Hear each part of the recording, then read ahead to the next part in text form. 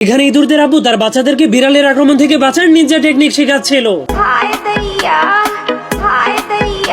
এমনকি তাদেরকে ইঁদুরের ফাঁদের ভেতর থেকে কিভাবে খাবার চুরি করতে হয় সেটাও শেখাচ্ছিল। খাও মা কসম। আর এখানে বিড়ালদের আম্মু তার বাচ্চাদেরকে কিভাবে ইঁদুর শিকার করতে হয় তার ট্রেনিং দিচ্ছিল। হিসাব বোঝো না, দুধু খাও, তোর মরণের চুলকানি উঠছে। এরপর তাদের মা একটা খেলনা ইঁদুরকে চাবি দিয়ে চালু করে ছেড়ে দিলেই তার বাচ্চা সেটাকে ধরার জন্য চলে যায়।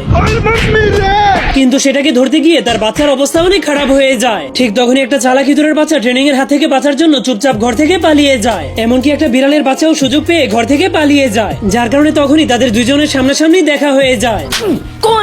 তেরা বাপ। কিন্তু তখনই ইঁদুরের মা এসে বিড়ালের বাচ্চাটাকে বলে, বাচ্চা কিন্তু বিড়ালের বাচ্চাটা তার কথা না শুনে তার পিছু করতে করতে তাদের ঘরের মধ্যে ঢুকে যায়, যার কারণে ইঁদুরগুলো তাকে লাথি মেরে তাদের ঘর থেকে বের করে দেয়।